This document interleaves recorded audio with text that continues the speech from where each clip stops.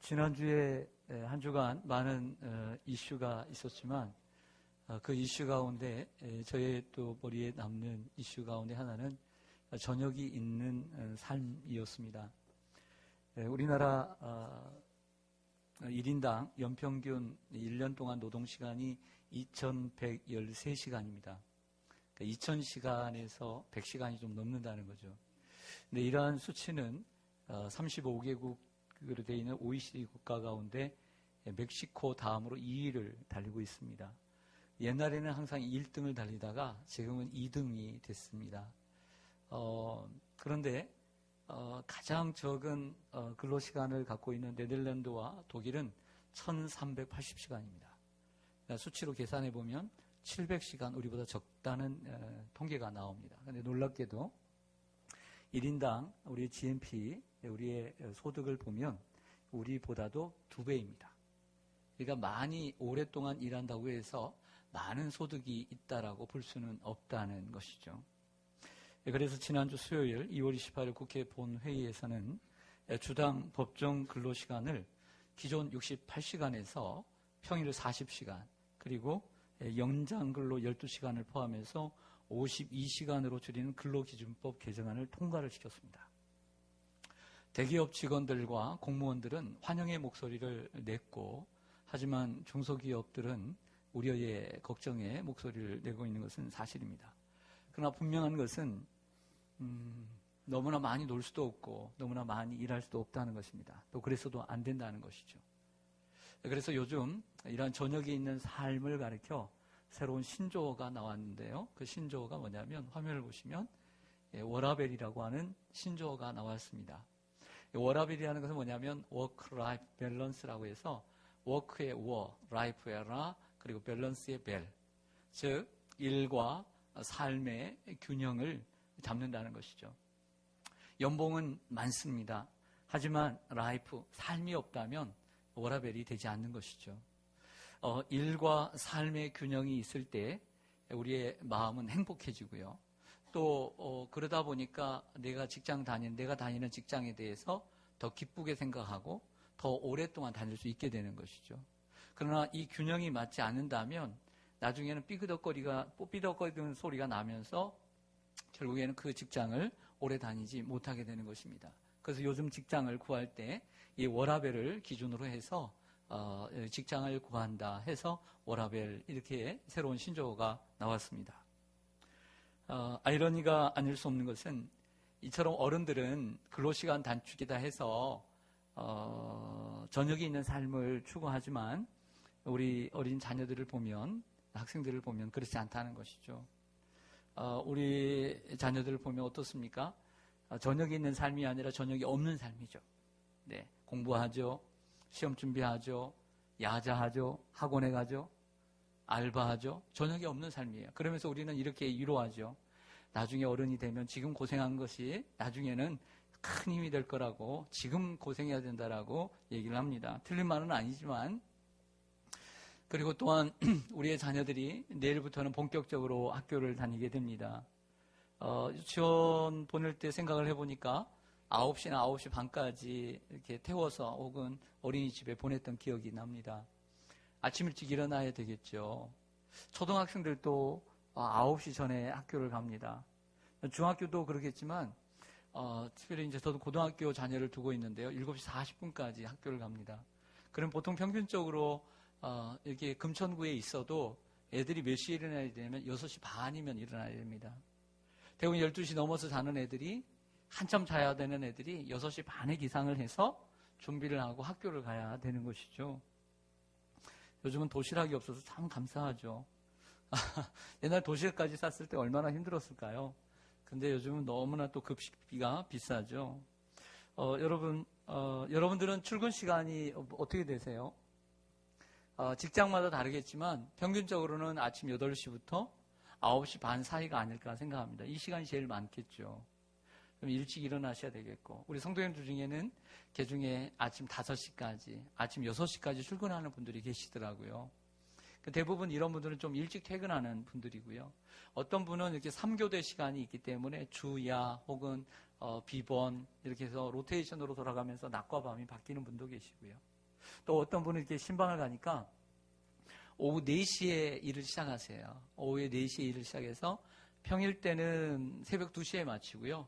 그리고 주말에는 오후 4시에, 새벽 4시에 맞춰서 교회를 오신다고 하더라고요. 이런 패턴을 가지고 사는 분들이 있습니다. 참 우리 성도님들 보면 참 열심히 사시고 이렇게 힘들게 사시면서도 좀 부지런하게 사시는 분들을 보게 됩니다. 저녁이 있는 삶, 워라벨이 있는 삶을 살려면 어떻게 해야 될까요? 저는 이런 생각을 해보겠습니다. 시간 관리를 잘해야 됩니다. 시간 관리. 따라서 하겠습니다. 시간 관리를 잘하자.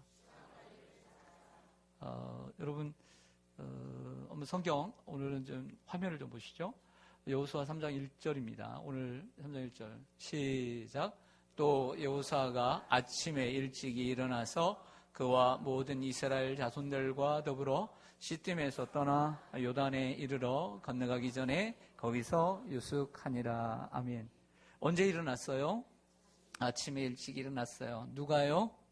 여호수아가. 지도자는 부지런해야 돼요? 게을러야 돼요? 예, 부지런해야 되죠. 부지런해야 합니다. 누가 게으르다고 그랬어요? 네, 부지런해야 합니다.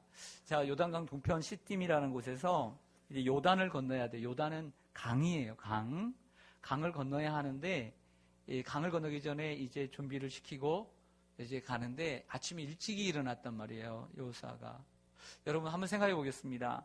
저녁이 있는 삶, 쉼이 있는 삶, 일만 아니라 라이프, 삶이 있는 삶이 위해서는 그런 생활을 위해서는 첫째, 일찍 일어나야죠.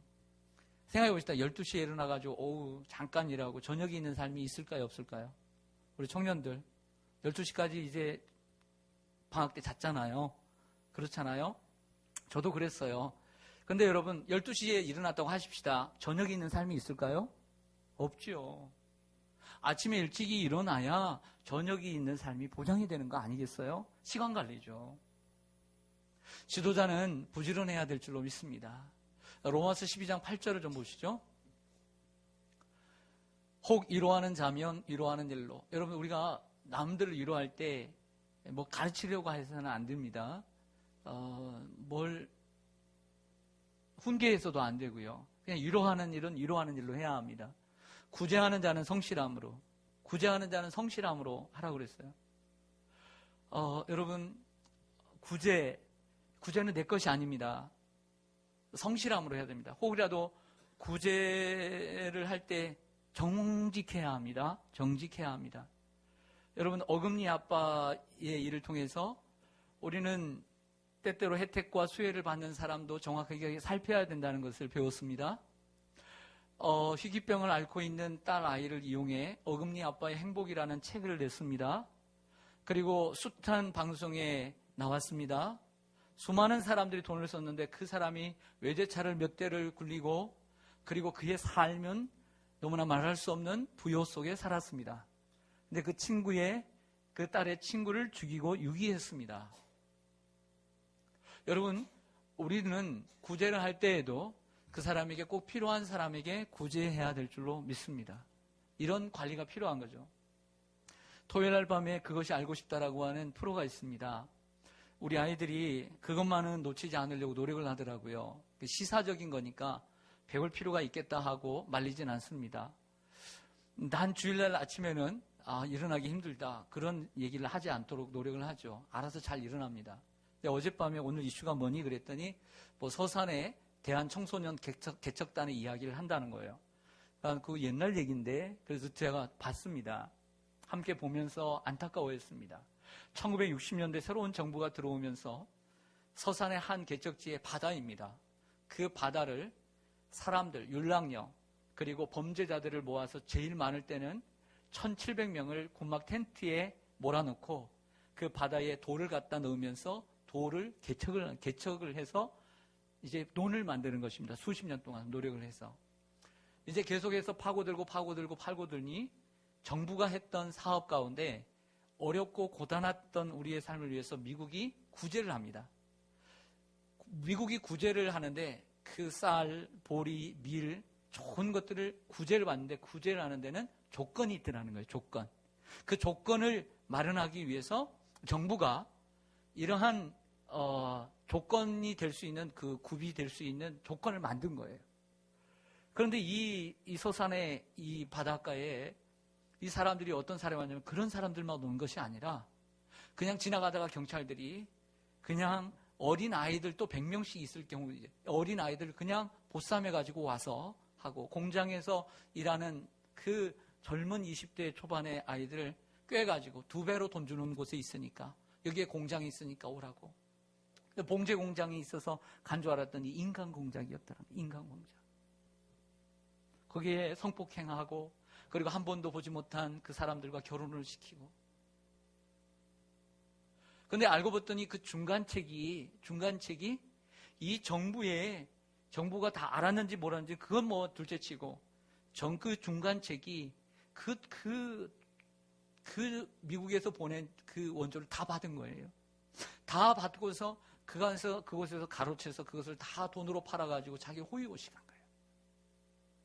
그러면 그 사람들에게는 아침 저녁으로 보리밥 이만큼씩 반찬 하나 없이 소금물과 그 보리밥으로 연명했다는 거예요.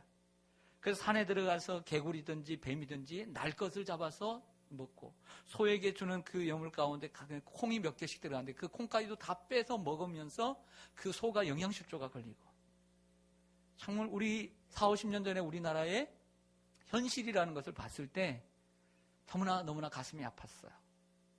여러분, 우리가 구제를 할 때도 우리가 어느 정도 기준을 정해야 되지만 너무나 기준을 정하는 것도 조심해야 된다라고 생각을 합니다. 그리고 우리가 구제하는 것이 잘 흘러가고 있는지 우리가 생각해 봐야 되는 일이라고 봅니다.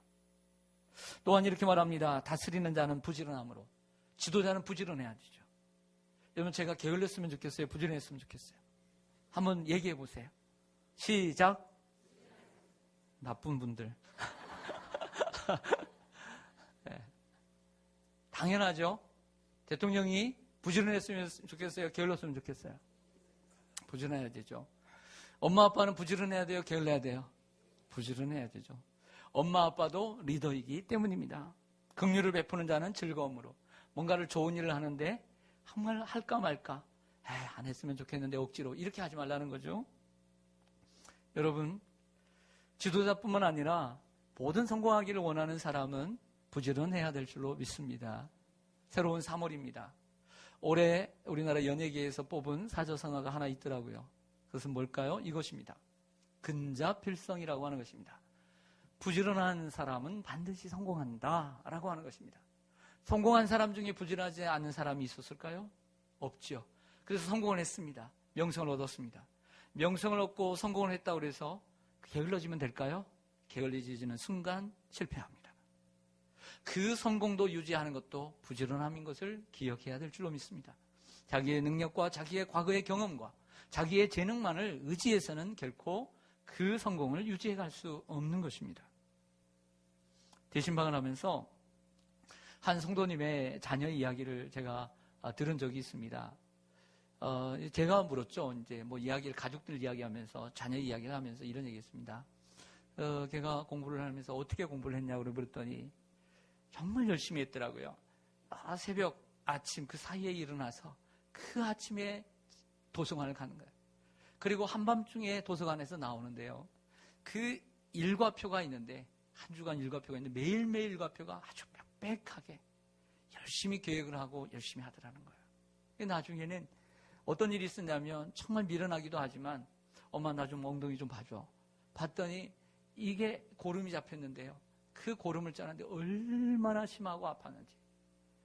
왜 이렇게까지 가만 놔뒀을까 걱정도 되지만 정말 이 엉덩이에 그것이 잡힐 때까지 그렇게 고통을 당하면서 공부를 하더라는 거예요. 여러분, 우리가 뭔가를 노력하려면 부지런해야 합니다. 계획을 철저히 세워야 합니다. 시간 관리를 잘하는 사람이 자신의 내면도 잘 관리할 수 있는 사람인 줄로 믿습니다. 스티븐 코비가 쓴 성공하는 사람들의 7가지 습관 가운데 그 4번째가 무엇이냐면 소중한 것을 먼저 하라는 것입니다. 자, 우리 여러분, 우리가 하루에 15시간, 20시간 일하는 것이 자랑이 아닙니다. 그건 자랑이 될 수 없습니다. 그건 나를 위해서 하는 거니까. 여러분, 우리가 24시간이라는 똑같은 시간 가운데 우리의 내면을 열심히 15시간, 16시간, 20시간 노력해서 잠 4시간 자고 성공한 사람들이 있습니다. 성공을 얻었습니다. 승진을 했습니다. 명성을 얻었습니다. 명예를 얻었습니다. 연봉이 많아졌습니다. 좋은 일입니다. 사회적으로 성공했기 때문에 사람들은 높이 공경합니다. 하지만 그것이 우리들에게 떠나갈 때, 또 그 목적을 이뤘을 때 우리의 내면이 반대로 허하다면, 허무하다면 그 인생은 성공했다라고 말할 수가 없는 것입니다. 진정한 성공은 외면적인 성공뿐만 아니라 함께 우리의 내면의 성공도 이루어 가야 될 줄로 믿습니다.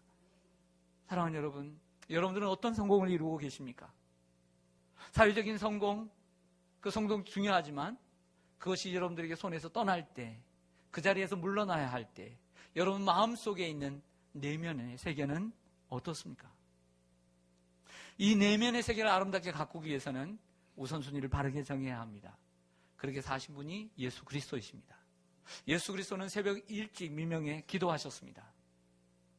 왜 새벽에 기도하시고 그리고 왜 한밤중에 동산에 올라가 기도하셨을까요? 간단합니다. 복잡하지 않습니다. 낮에 일하려고. 낮에 일하시려고. 이 땅에 오신 사명을 감당하기 위해서 사람들을 만나 복음을 전파하고 병든 자, 약한 자, 귀신 들린 자를 고치고 치료하시기 위해서, 낮에 일하기 위해서, 그러나 그 일을 위해서 무슨 일이든 잘 감당할 수 있도록 하기 위해서 바쁘게 일만 하는 것이 아니라 하나님과 나 사이의 관계를 정립해가는 내면 세계의 질서를 아름답게 유지하고 지켜간 줄로 믿습니다. 여러분, 우리가 바쁠수록 기도해야 된다는 이유가 여기에 있는 것입니다. 바쁠수록 하나님과의 관계를 소중히 여기고 그것을 우선순위에 두며 더더욱 바쁠수록 하나님과의 관계 속에 들어가야 될 줄로 믿습니다. 사랑하는 성도 여러분, 에베소 5장 15절에 이렇게 말씀합니다. 함께 읽겠습니다. 시작. 그런즉 너희가 어떻게 행할지를 자세히 주의하여 지혜 없는 자같이 하지 말고 오직 지혜 있는 자같이 하여 세월을 아끼라. 때가 악하니라. 아멘. 무슨 말씀이냐면 우리가 무슨 일을 합니다. 무슨 일을 할 때 그 무슨 일을 어떻게 할 것인가를 주의 깊게 생각해야 된다는 것이죠. 세월을 아끼라. 때가 악하니라. 그 말씀을 하고 있습니다. 여러분, 계획을 세우시길 바랍니다. 그리고 계획을 세우시고 그리고 메모하는 습관을 들이시길 바랍니다. 우리가 예수님을 닮아서 시간을 잘 관리하고 그리고 하나님과의 내면에 하나님과의 관계를 잘 유지해 가야 될 줄로 믿습니다. 오늘 본문 여호수아 3장 5절 보겠습니다. 같이 읽죠. 시작. 여호수아가 또 백성에게 이르되 너희는 자신을 성결하게 하라. 여호와께서 내일 너희 가운데에 기이한 일들을 행하시리라. 아멘. 백성에게 말하는 하나의 요구 조건이 있습니다. 너희는 자신을 뭐하게 하라? 성결하게 하라. 왜냐하면 내일 하나님께서 너희 가운데에 기이한 일을, 기적을 베푸실 것이다. 즉 요단강을 건너게 하실 것이다 라고 말합니다. 여러분, 하나님께서 이스라엘 백성들에게 요구하신 것은 성결이었습니다. 성결이란 여호와의 제사장의 머리에도 여호와께 성결이라고 하는 글씨가 써 있습니다. 성결이란 어떤 이러한 성적인 것에서 좀 깨끗하게 하고 하나님의 율법을 잘 지켜나가는 것이라고 일단 문자적으로 해석할 수가 있습니다. 그러나 좀 더 나아가 보면 이런 것이 아닐까 생각합니다. 요즘 새벽에 다니엘을 같이 묵상을 하고 있는데요. 또 새 학기를 시작하는 이러한 시점에서 또 새로운 환경, 새로운 학교, 또 새로운 지역으로 가는 분들이 있는 걸 보면서 저는 이런 기도를 했습니다. 하나님, 우리 성도님들이 다니엘처럼 뜻을 정한 인생들이 되게 해 주시옵소서. 세속에 물들지 않고 자신을 구별하여 그 안에서 자신을 지켜갈 수 있도록 인도해 주시옵소서. 이런 기도를 했습니다. 10대의 소년이 나라를 빼앗기고 바벨론의 포로로 잡혀갔습니다. 그러니까 그 다니엘과 3명의 친구들이 그곳에 가서 왕이 먹는 음식과 그리고 포도주와 그들의 문화와 그들의 학문을 배워야만 했던 것이죠. 하지만 하나님과 하나님의 말씀에 상충되는 것들이 있었습니다. 그래서 자기를 관리하는 환관장 아스부나스에게 왕이 내려주신 진미 중에 하나님 말씀에서 먹지 말라고 한 것들, 그리고 그가 내려주는 그 포도주를 우리가 마시지 않겠다라고 얘기를 합니다. 그리고 10일 동안 시험해 봐서 저 다른 친구들과 함께 육식을 한 친구들과 함께 비교해 봐서 우리가 정말 얼굴이 윤기가 나고 그들보다 나쁘지 않다면 우리가 원하는 대로 해달라고 얘기를 합니다. 역시나 더 그들의 얼굴이 좋았습니다. 뜻을 정하여 왕의 음식과 포도주를 가지고 포도주로 자기를 더럽히지 않겠다라고 다짐을 하는 것이죠. 뜻을 정하여 자신을 거룩하게 지켜가는 것입니다. 자신의 내면 세계를 깨끗하게 유지하고 가꾸어 갔습니다. 이것을 가리켜 성경은 성결이라고 얘기하는 거예요. 성결. 이스라엘 백성들이 자신을 성결하게 할 때 하나님께서는 내일 요단강을 가르시는 기적을 베푸신다는 것이죠. 다시 얘기하면 성결이란 하나님께 복받을 그릇인 것입니다. 복받을 그릇은 외면에 있는 것이 아니라 우리의 마음의 내면의 세계를 아름답게 가꿀 때 하나님이 거기에 임하시는 줄로 믿습니다. 디모데후서 2장을 보겠습니다.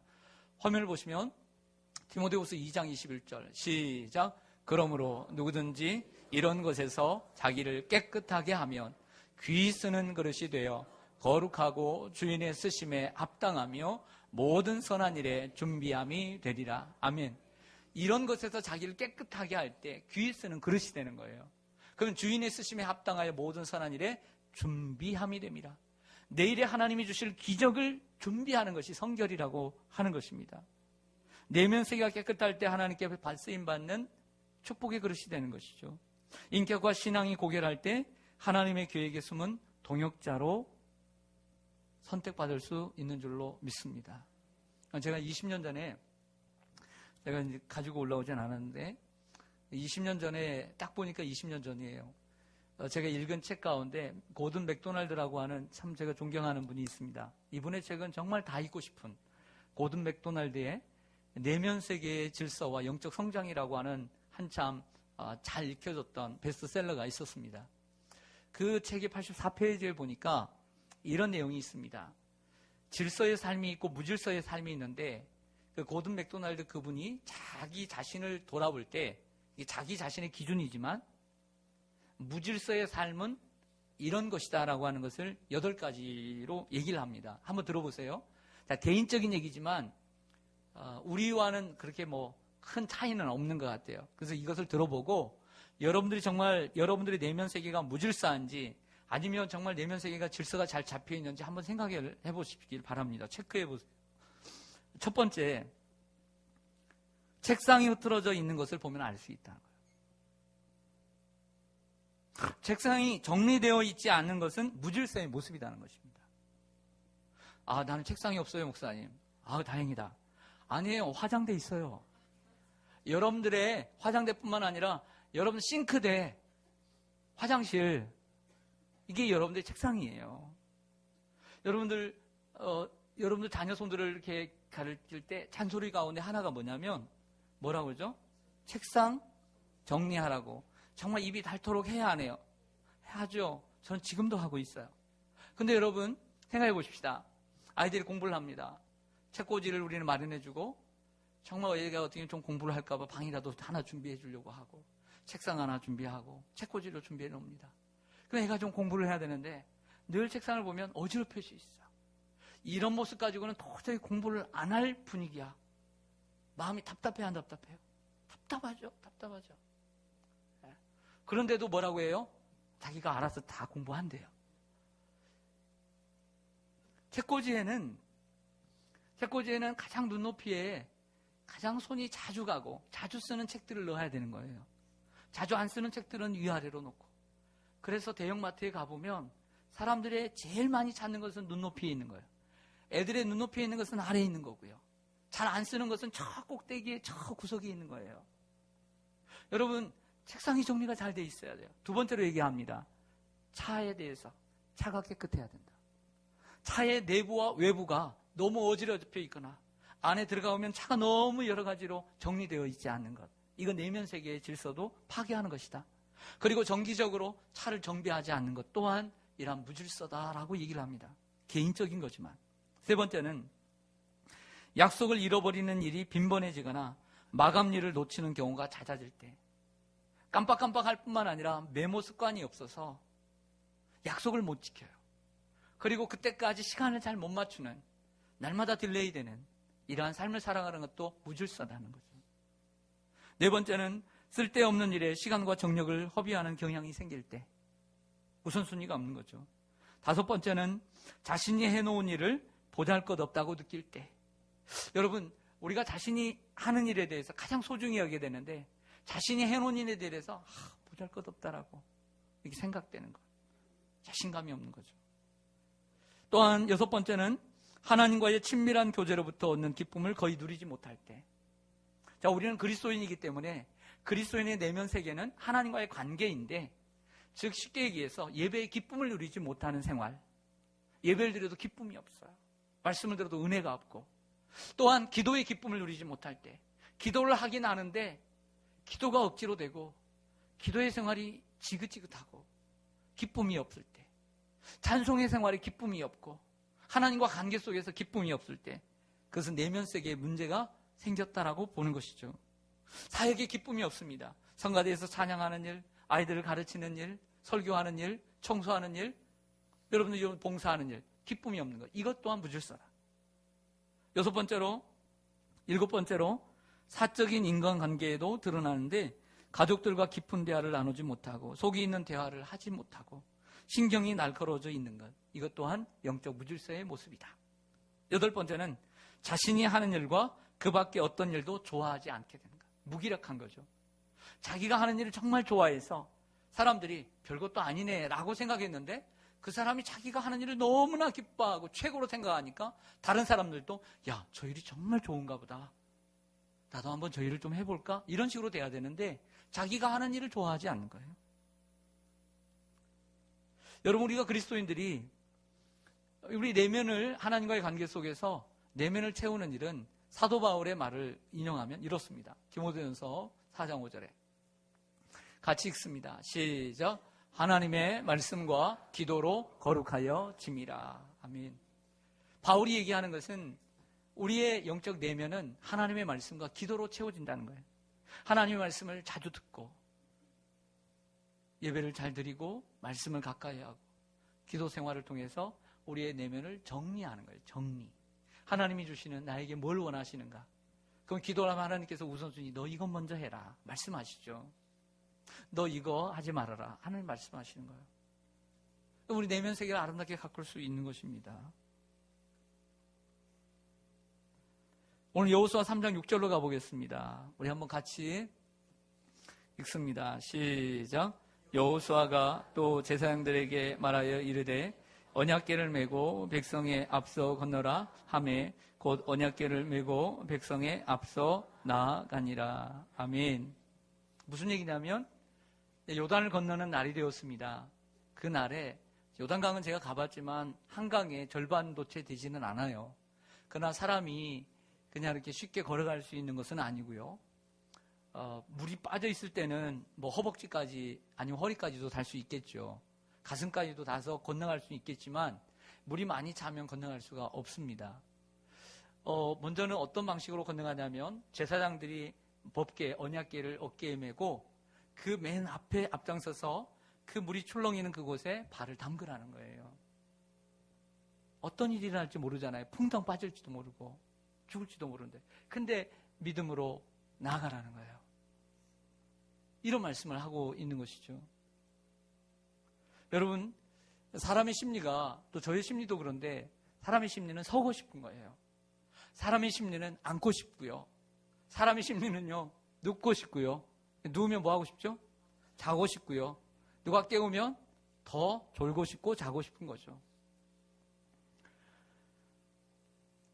여러분, 아침에 일어나야 되는 시간에 여러분 정말 기쁘게 일어나십니까? 더 자고 싶은 생각 안 드세요? 저는 요즘 많이 듭니다. 제가 젊을 때 잠언서를 많이 읽었는데요. 잠언서를 읽다 보니까 이런 말씀이 자주 나옵니다. 게으른 자여, 좀 더 자자, 좀 더 졸자, 좀 더 눕자 하니 내 빈궁이 강도같이 오고 내 궁핍이 그 군사같이 이르느니라. 네. 여러분, 계속 눕고 계속 게으르면 더 이게 가난함이 찾아온다는 거예요. 강도처럼 몰래 들어오고요. 군사처럼 한꺼번에 숨어있다가 와르르 온다는 거죠. 그러나 오늘 본문을 보면 우리 하나님의 사람들 일어나라고 얘기합니다. 일어나라. 여호수아가 아침에 일찍 일어났습니다. 여러분, 이 구약 성경에 하나님을 만난 사람들은 다 일어나는 사람들이에요. 신약의 예수님을 만난 사람들은 다 일어나는 사람이에요. 잠자는 사람도 다 일어나고, 안전뱅이도 다 일어나고, 죽은 자들도 다 일어나고, 소녀의 손을 잡고 달리다고만 일어나고, 예수의 이름으로 일어나라 하니까 일어나게 되는 거예요. 할렐루야. 예수를 믿는 사람, 예수를 믿고 의지하는 사람은 일어나는 사람이 되어야 될 줄로 믿습니다. 일어나는 사람이 되어야 돼요. 계속 누워있는 사람이 되어서는 안 됩니다. 주님이 함께 하십니다. 기독교의 신앙은 일어나는 것입니다. 성경에 일어나라는 단어가 618번 기록되어 있습니다. 일어나시기를 축원합니다. 또한 기독교의 신앙은 건너가는 것입니다. 자꾸 이스라엘 백성들에게 하나님은 건너가라요. 홍해를 건너라고 하고 또 요단을 건너라고 합니다. 홍해는 구원의 새로운 시작을 알립니다. 요단은 새로운 축복의 세계의 도약입니다. 여러분, 우리는 안주해서는 안 됩니다. 계속해서 우리는 전진해야 될 줄로 믿습니다. 그런데 문제가 생겼습니다. 하나님 참 타이밍도 절묘하십니다. 놀랍게도 요단강에는 오기가 있고 건기가 있습니다. 특별히 곡식을 거둘 때는 이 물이 언덕에 오릅니다. 언덕에 올라요. 만약 하나님께서 오늘 건너라고 하신 때가 물이 제일 적을 때, 정말 허리에 차고 그 정도 되면 내가 걸을 것 같아요. 까짓건 그냥 걷죠 하나님 감사합니다. 그런데 오늘 건너게 하시는 때는 언제냐면 곡식 거둘 때이기 때문에 이 물이 언덕에 찼더라 그랬어요. 하나님은 우리를 언제 부르시냐면, 언제 도약하게 하시냐면 바쁠 때, 힘들 때, 어려울 때, 인생이 가장 고단할 때 하나님은 건너게 하시는 거예요. 할렐루야. 근데 사람들은 자꾸 뭐라고 하냐면 바빠요. 하나님, 지금 얼마나 내 인생에서 중요한 건데요. 한번 물어보십시다. 성가대 여러분, 여러분들 인생에서 안 중요했던 때가 있습니까? 없습니까? 네? 10년 전에도 중요하다고 그러니 지금도 중요하다고 그래요. 20년 후에도 중요할 거예요. 우리 인생에는 안 중요할 때가 없어요. 그럼 핑계예요. 항상 중요해요. 그렇게 핑계를 대다 보면 하나님의 부르심에 우리는 반응할 기회가 없어요. 하나님은 때때로 우리 형편을 아시면서도 뭐라고 말씀하시냐면, 내가 너 힘든 거 안다. 내가 다른 때보다 더 힘든 것 좀 아는데 그래도 내가 지금 나아가라. 지금 일어서라. 지금 도약하라고 말씀하시는 거예요. 할렐루야. 오늘 여호수아 3장 15절에서 17절 보겠습니다. 화면을 보시죠. 제가 이렇게 했습니다. 요단이 곡식 거두는 시기에는 항상 언덕에 넘치더라. 물이 넘쳤다는 거예요. 궤를 맨 자들이 요단에 이르며 궤를 맨 제사장들의 발이 물가에 잠기자 곧 위에서부터 흘러내리던 물이 그쳐서 사르단에 가까운 매우 멀리 있는 아담성읍 변두리에 일어나 한 곳에 쌓이고 아라바의 바다 여매로 향하여 흘러가는 물은 온전히 끊어지며 백성이 여리고 앞으로 바로 건널세.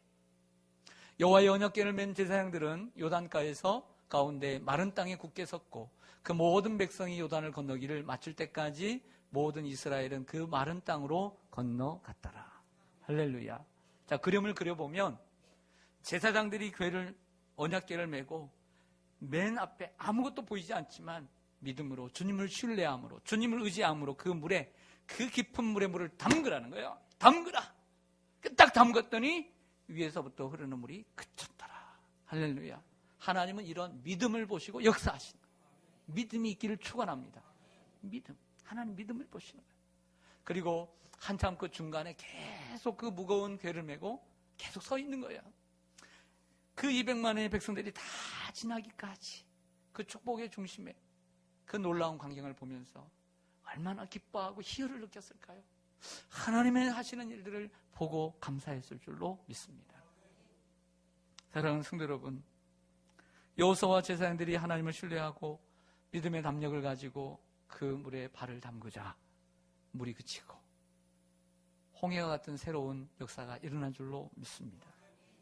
우리 하나님 앞에 간절히 기도해야 합니다. 하나님, 저에게 믿음을 더하여 주옵소서.